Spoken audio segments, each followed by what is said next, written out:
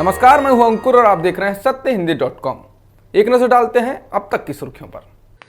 लखीमपुर खीरी में किसानों को रौंदे जाने की घटना बीजेपी के गले की फांस बनती दिख रही है। अजय मिश्रा मोदी कैबिनेट में रहेंगे या नहीं, पार्टी इस बारे में जल्द ही कोई फैसला कर सकती है, क्योंकि विपक्ष और किसानों ने बीजेपी पर जबरदस्त राजनीतिक दबाव बढ़ा दिया है।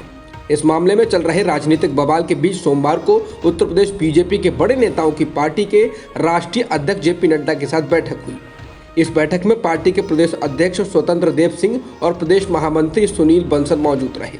टाइम्स ऑफ इंडिया ने सूत्रों के हवाले से लिखा है कि इस दौरान लखीमपुर की घटना के बाद बने राजनीतिक हालातों पर चर्चा हुई। इस बैठक में उत्तर प्रदेश के चुनाव प्रभारी और केंद्रीय मंत्री धर्मेंद्र प्रधान, प्रदेश बीजेपी के प्रभारी राधा मोहन सिंह और उप मुख्यमंत्री केशव प्रसाद मौर्य भी शामिल रहे। लखीमपुर खीरी में मंत्री पुत्र की गाड़ी से किसानों को कुचल डालने की घटना के बाद देश भर के किसान जबरदस्त गुस्से में हैं। इस बीच आज मारे गए किसानों की अंतिम अरदास तिकोनिया में रखी गई है। इसमें बड़ी संख्या में किसान पहुंचे हैं। किसान नेता राकेश टिकैत भी तिकोनिया पहुंच गए हैं। कांग्रेस महासचिव प्रियंका गांधी वाड्रा भी अंतिम अरदास में शामिल हो रही हैं। अंतिम अरदास के बाद किसानों के शरीर की राख को उत्तर प्रदेश के सभी जिलों, पंजाब के गुरुद्वारों और देश के सभी राज्यों में ले जाया जाएगा।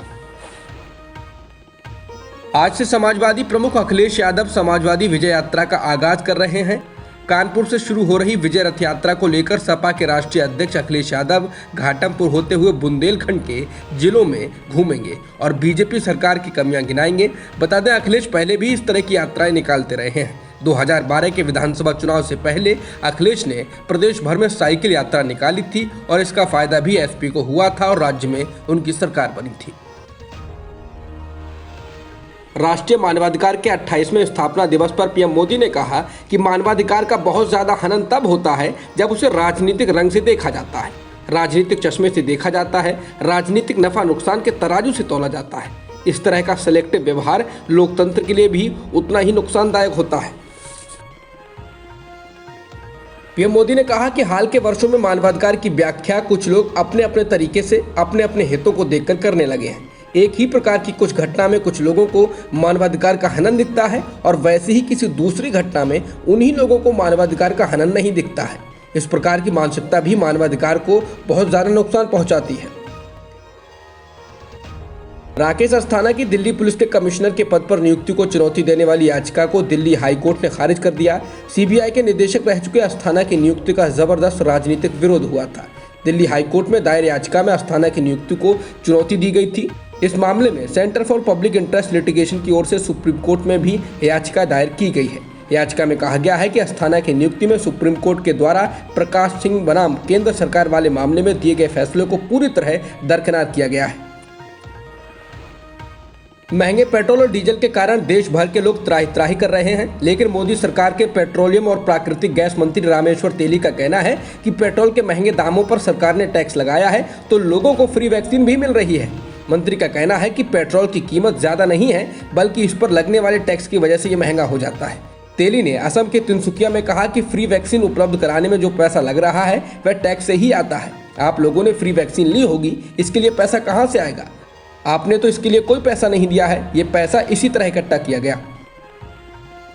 लगातार 7 दिनों तक पेट्रोल डीजल के दामों में बढ़ोतरी के बाद आज तेल की कीमतें नहीं बढ़ी हैं। हालांकि देश में पेट्रोल डीजल की कीमतें ऐतिहासिक ऊंचाई पर पहले ही पहुंच चुकी हैं। दिल्ली में पेट्रोल 104 रुपये 44 पैसे प्रति लीटर बिक रहा है और डीजल 93 रुपये 17 पैसे प्रति लीटर है। इसके अलावा मुंबई में पेट्रोल की कीमत 110 रुपये 41 पैसे प्रति लीटर है और डीजल की कीमत 101 रुपये से अधिक है। शेयर बाजार की दुनिया में बिग बुल के नाम से जाने जाने वाले राकेश झुनझुनवाला की आकाशा एयरलाइंस को नागरिक उड्डयन मंत्रालय ने हरी झंडी दे दी है और ये अगले साल से उड़ानें शुरू कर सकती है। बता दें, झुनझुनवाला कुछ दिन पहले ही पीएम मोदी से मिले थे। प्रधानमंत्री मोदी ने खुद उनके साथ फोटो को ट्वीट किया था। एनसीबी के मुंबई जोनल डायरेक्टर समीर वानखेड़े ने डिप्टी डीजी मुथा अशोक जैन के साथ महाराष्ट्र के डीजीपी से मुलाकात की और आरोप लगाया है कि सादे कपड़ों में कुछ लोग उनका पीछा कर रहे हैं। वानखेड़े क्रूज ड्रग्स बस्ट मामले की जांच कर रहे हैं, जिसमें पिछले हफ्ते शाहरुख खान के बेटे आर्यन खान को गिरफ्तार किया गया था। एनसीबी के एक सूत्र ने कहा कि इस साल की शुरुआत में भी कुछ ऐसे मामले थे जहां वानखेड़े का कुछ लोगों ने पीछा किया था और उनकी गतिविधियों पर नजर रखी थी। भारत, अमेरिका, जापान और ऑस्ट्रेलिया ने मंगलवार को बंगाल की खाड़ी में इस साल के मालाबार नौसैनिक अभ्यास के दूसरे चरण की शुरुआत कर दी। भारतीय नौसेना ने कहा कि 3 दिवसीय अभ्यास अगस्त में आयोजित पहले चरण के दौरान विकसित तालमेल, समन्वय पर और विकास करना चाहता है। प्रधानमंत्री मोदी का कार्यालय आज भारत में कोयले की आपूर्ति की स्थिति की समीक्षा कर सकता है, क्योंकि ऊर्जा संकट से देश में व्यापक ब्लैकआउट होने का खतरा मंडरा रहा है और कई राज्यों में इसको लेकर गंभीर चिंता है। इसी कारण से सोमवार को गृह मंत्री अमित शाह ने भी कोयला और बिजली मंत्रालयों के प्रभारी मंत्रियों प्रहलाद जोशी और आर के सिंह से मुलाकात की, ताकि देश भर में अपर्याप्त कोयले की आपूर्ति के बारे में चिंताओं पर चर्चा की जा सके। अब तक की खबरों में इतना ही। बाकी खबरों के लिए बने रहिए सत्यहिंदी.com के साथ। सत्य हिंदी का ऐप डाउनलोड करें गूगल प्ले स्टोर पर।